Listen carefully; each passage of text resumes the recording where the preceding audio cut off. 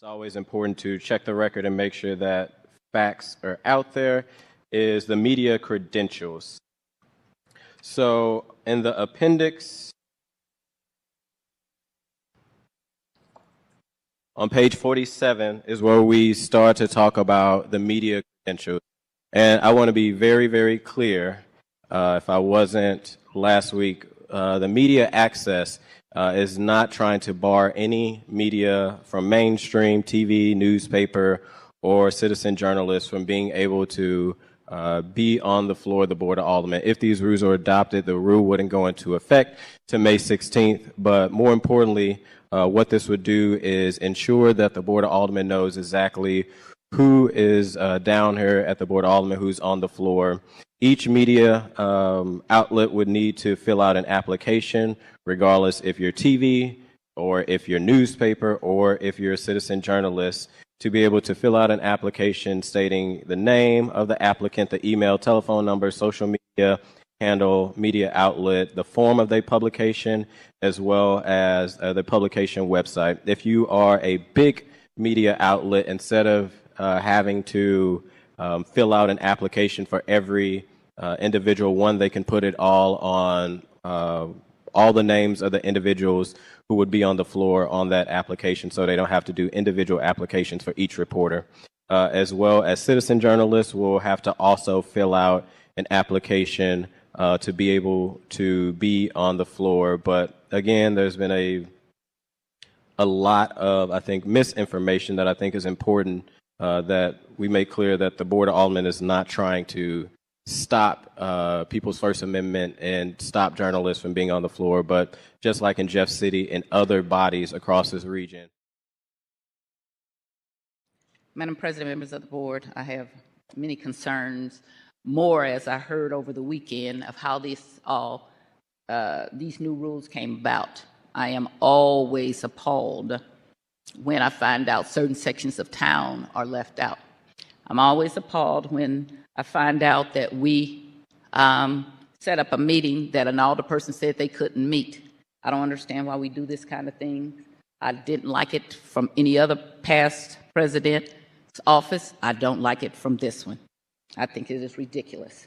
I just told you that probably I had the vote to stop the young man that we are celebrating, and I opposed everybody who was my ally to say that is not a good thing. This is not a good thing for the things that we are doing. I would like to know if the aldermen, and when I say the things we're doing, the leaving out of people, to the targeting of the black female aldermen who represent 90% of the board of the city of St. Louis in North St. Louis. The ones who have stood up and been able to get elected irrespective of who came for them. Things and to be left out. That reminds me of Reconstruction, after black people were freed. And then we had black people become U.S. senators, and slowly but surely the rules changed so that we didn't have any more black people become U.S. senators. Mr. Brooks became the U.S. senator as a Republican back in the 1960s when I was a little girl, and then no more until Carol Moseley Braun. And they come as these innocuous small little changes, and they're not. They're big changes that affect things. And one of the things that we need is a free media that is free to cover us with our bad behavior, the things that we are doing and trying to act like that we're not. Again, this is just saying they have to fill out an application. An application? Who are we going to fill the application out to? They would fill it out and they would present it to the clerk. Is that the part of the clerk's duties? Do we have that in there? Because I've never seen that. It's in the appendix. The new one. We're adding some duties. The red line, they will give it to the clerk. Yes. If they are denied, there's an appeal process. So here, my question to you, then it should already be in there if we've had it before. If we're giving the clerk a duty that's new, it's not in there because it was not the clerk's duty. And if we're giving the clerk something that he already had, then it was already in his duties. And I will submit to you, it is not in his duties. And I will submit to you, we did not have application for credentials. I will submit to you, this is because certain people have been getting bad press from the media, and they don't like it, and then they try to squash people and think that that is the way you work. That is absolutely not. I disagree, and I think that is bad rhetoric to be said on the floor. Because I've been the subject of it. No, it's not bad rhetoric. And you say people are not wanting media, or could you be more direct? Who don't want? I mean, I can be. You know, I can be. Yeah, but I wouldn't ask that if I were you. So it will go to the personnel committee, and the personnel committee could approve or disapprove the application? No, the clerk will approve it. So it would just be the clerk will approve it, or if it's actually denied, there's an appeal process. What is the reason that the clerk would deny application for the media? I think that's an awful lot of power for the clerk to have.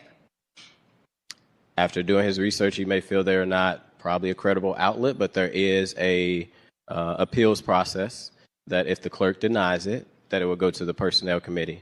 So what is a credible outlet? I would say, as far as you're talking about traditional citizen journalists. Traditional what? Are you talking about traditional media, or are you talking about? No, I'm talking about, you said the clerk will make a decision, and I said that was a lot of power, and what would he make it on? And he said, well, depends on if it's a credible outlet or not. What is a credible outlet? I would say our TV stations, our newspapers, the Argus, the American, the Post, St. Louis Mag, TV, Channel 4, Channel 5, Channel 2, Channel 11, PBS. I don't want to forget the radio, KMOX, our radio folks would be credible outlets. And to be honest, anybody that's probably, covering media that we know are the big typical medias out there. So independents would not be credible outlets? I would consider them credible. What about people who are not affiliated? There are people who go out and get stories. Like Elliot Davis, I would consider him a credible citizen. I beg your pardon? Yes, I would consider them credible. Then, again, what's non-credible? Because you give me all what's credible, so what's not credible?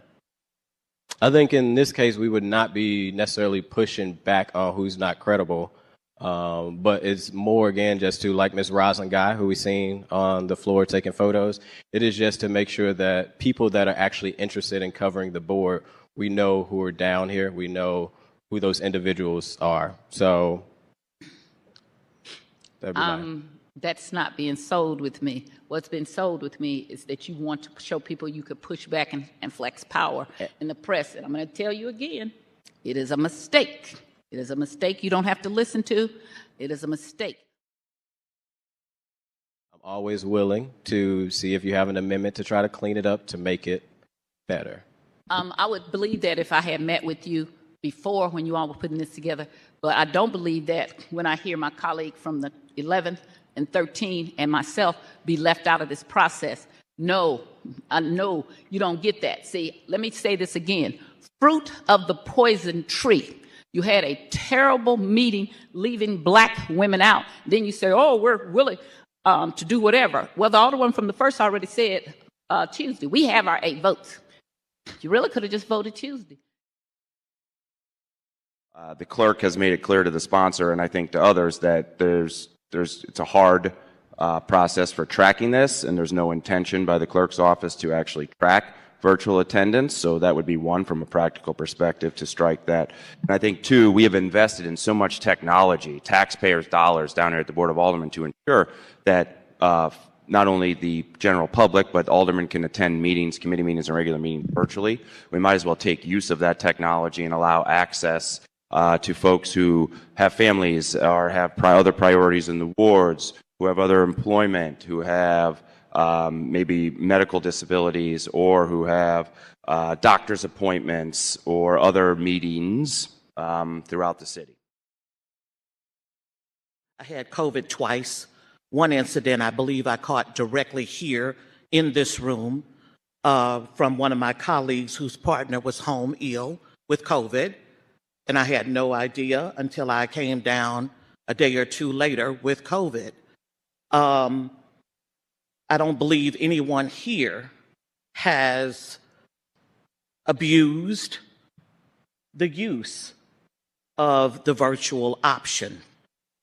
I think that we have bigger issues that we should be entertaining other than this. If it was abused, then that's one issue, but this is not the case.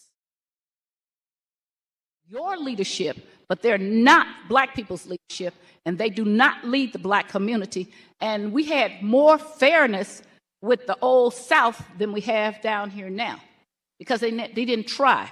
I can remember people saying to me, well, you guys pick that over in North St. Louis, and we'll pick this in South St. Louis. They understood. And I know you understand it, because I would love to see Donald Trump come to a regressive, progressive meeting and say, I'm going to pick your leaders. No way would that happen, okay? The same things with Asians or Hispanics or whatever. But some things you think because you got a black face that you have picked black leadership. You have not. I'm not going to go along with it. It is not anything I want to have anything to do with. And the people who I thought maybe accidentally did it this time, they're not accidentally doing it. They're doing it on purpose. And that's what I like to see, people, what they're doing on purpose. Because then when I react, I want you to know that it is not an accident. You're arrogant. You're racist. You're sexist. You're ageist. And you think you can get away with it. You think you've gotten away with it for 2 years, but you haven't really been successful at it. People see that. And this is so funny to me. And I tell people this. The same people who want Asians' rights, Hispanic rights, or gay rights, they don't want black women rights. So the people who have brought up the former president of the Board of Aldermen, Louis Reed, let me say to you so everybody can hear it, we miss you, Louis Reed, because this person who I stood on the floor and to defend it is somebody, if I could go back in time, our current president, I would have been the 20th vote to put her off the Board of Aldermen. When we had the unfortunate incident down here of people being saying that they were drinking and stepping and running off of the board, people start texting me saying, oh, Sharon, what do we do? I got off the phone. I knew exactly what to do. I didn't respond because if you don't think the rules apply except for when you're mad, they're not good rules. Anything you had to do, all anybody had to do was go up to that podium and continue because the president didn't do the rules correctly. She violated the rules yet again. It's ridiculous. It's shameful. It's the kind of things that we talk about other democracies, other countries don't have because we have this great democracy. We don't. We do not have a democracy down at this Board of Aldermen. We have something that is shameful. And when you all want for people to think how great this is, how you treat people fairly, how you have meetings and secret meetings and don't invite other people, that's all shameful. And you didn't do it one time, you did it twice. That is not a democracy. It's a word. It's called dictatorship. And then when you get mad, don't ever call my phone again because you're mad because you're going along with this dictatorship. I appreciate and accept this nomination for a couple of reasons. One, we should change up the leadership. That just running back the same leadership that we had from last time is probably not a great idea, right? We had a void in leadership, one might argue, the last couple days of session down here. We called an illegal recess. President stormed out of the room. Nobody picked up the gavel. That's not leadership. Let's mix it up. Let's have a check to some power. I'm happy and humbly accept the nomination. Look forward to the votes.